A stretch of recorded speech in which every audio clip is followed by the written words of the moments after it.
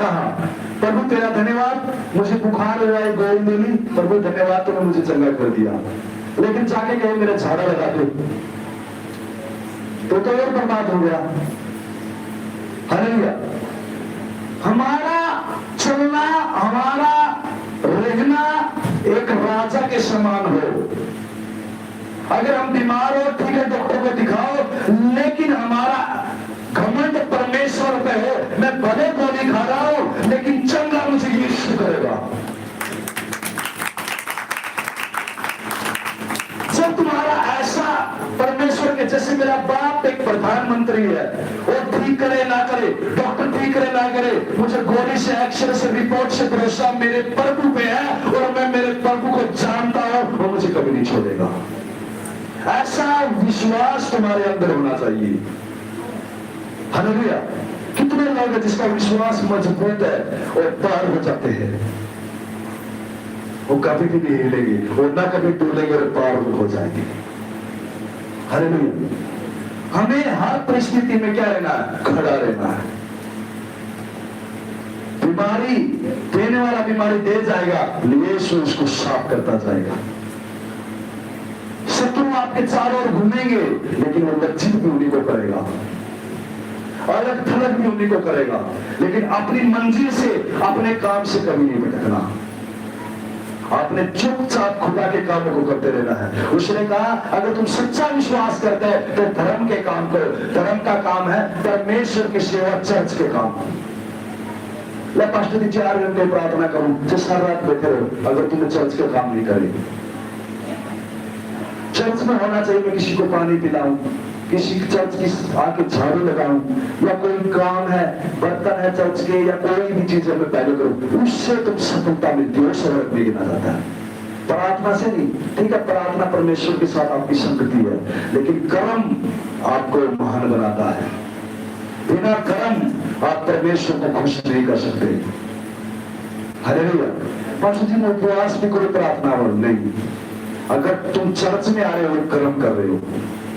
तुम बाइबल पढ़ रहे हो तो एक कर्म कर रहे हो। तुम हर रोज परमेश्वर का बीज बो रहे हो तो एक कर्म कर रहे हो। हालेलुया। तो कर्म आपको करना पड़ेगा, उसका फल परमेश्वर आपके पीछे पीछे देगा। हालेलुया। आगे। जब वे नाव पर चढ़ गए तो हवा थम गई। इस पर उन्होंने जो नाव पर थे उसे दंडवत करके कहा, सचमुच तू परमेश्वर का पुत्र। क्या कहा?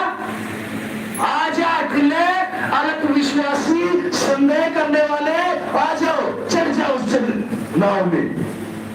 और उसने कहा तू सच में परमेश्वर का पुत्र यीशु मसीह है। बोलो तुम जीवते परमेश्वर का पुत्र मसीह है, तू मेरा खुदा है। और उन्होंने दंडवत किया और पूरे आनंदित और आराधना करते हुए अपने घर लौट गए। क्या यीशु ने उनको मरने दिया? क्या तूफान में रहने दिया? क्या उनकी समस्या सुनी नहीं? क्या उनसे बात नहीं की? क्या पतरस को पानी पे नहीं चलाया?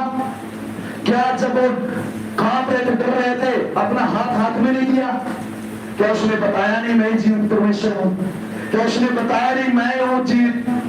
हालेलुया। इसलिए हमारा परमेश्वर जीवित परमेश्वर है।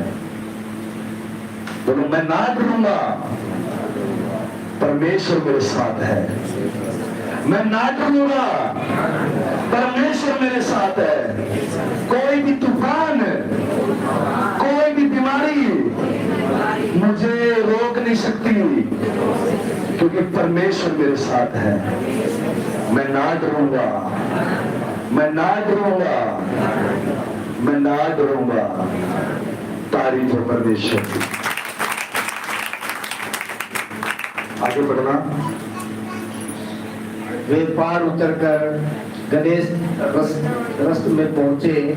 वहां के लोगों ने उसे पहचान लिया और आसपास के सारे देश में समाचार भेजा और सब बीमारों को उसके पास लाए और उससे विनती करने लगे कि वह उन्हें अपने वस्त्र के आंचल ही को छूने दे, और जितनों ने उसे छुआ वे चंगे हो गए। तारीफ हो परमेश्वर की। यीशु क्या करने लगा? सारे देश में घूमने लगा और बीमार व्यक्ति जितने भी आए उसके सामने